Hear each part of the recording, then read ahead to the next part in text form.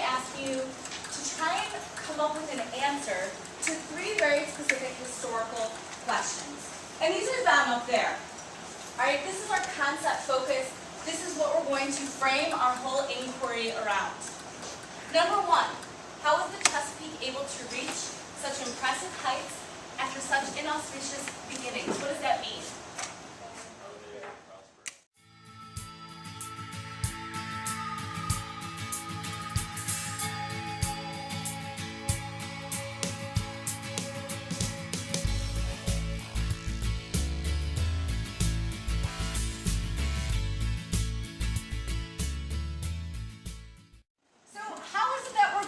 Tackle this challenge without referencing a textbook and having some answer that a historian has already predetermined for you. You have to think for yourself, Mr. Zeiger. So you're going to be using 2 historical thinking skills specifically. The first one is evaluating change over time. Okay? So you're going to have 12 statistical sets of data. You can just kind of flip through them real quick, like got them in your packet. And they vary. Some of them are population related, so demographic type stuff. Some of them are pertaining to wealth distribution. Alright, you've got a nice smattering of things. Some of them are easier to understand than the others. So that gets us to our second historical skill, and that's use of evidence. You have the primary evidence here yourself, and it's your job to make sense of it.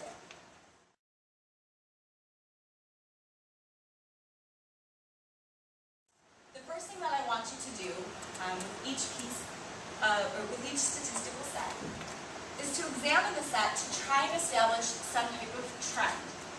Some type of trend, right? Are patterns increasing? Are they staying the same? Are they a bit erratic? Right? We're going to be looking for trends. Is there a tendency to evaluate that change over time? Once you've evaluated a particular set, then you need to take the trend and convert it into a question. Alright? So why is this particular trend occurring? Now you might not be able to answer the question yourself, but guess what? As you go through the other statistical data sets, those sets might answer another question. So let me give you a for instance here. Alright? An example set, source 6. You have this in your life, but it's up here for purposes for right now. Okay? So we need to take some time to see what we're looking at here. You've got a source title. Indentured servants shipped from Bristol to Virginia and Maryland, and we've got a time frame 1654 to 1686. All right, we have our destinations running here with our totals, and then we have time elapsing that way with totals as well. Okay? Notice that the times, for the most part, are chunked by decades, with the exception of the messy ends of the spectrum. So what would you say the historical trend is? What is the change over time with this particular data set? How would you name the trend? Yes? Well, for Virginia, there's a lot of indentured servants in the beginning, but then during 1680 to 1686, it significantly decreases because I think African slavery. Okay, you're already giving a hypothesis. I don't want hypothesis yet.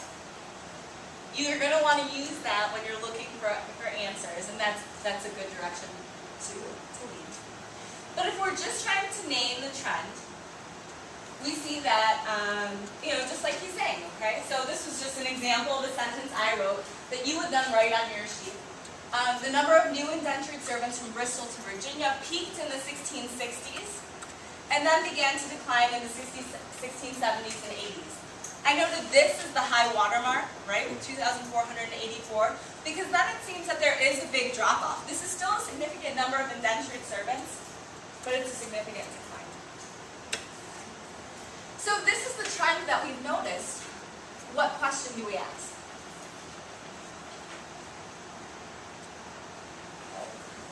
What? Yeah, why the drop in indentured servants?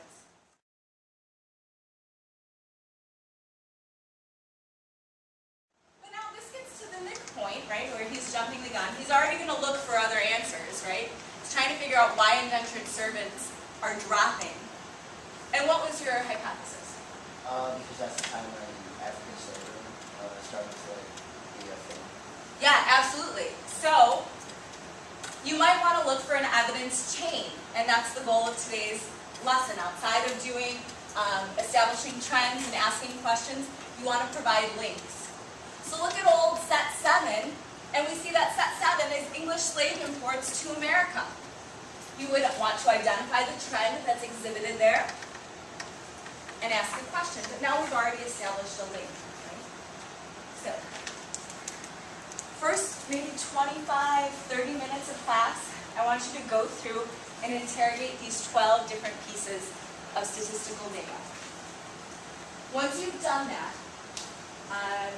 then I want you to, I have cut out little pieces for you of the different sets, and that's where the silly butcher paper comes in. But I want you to try and come up with the most crazy, sophisticated, smartest linkage of evidence and put it on the paper. All right? So how things relate, this to this to this, with little explanations for how they answer each other.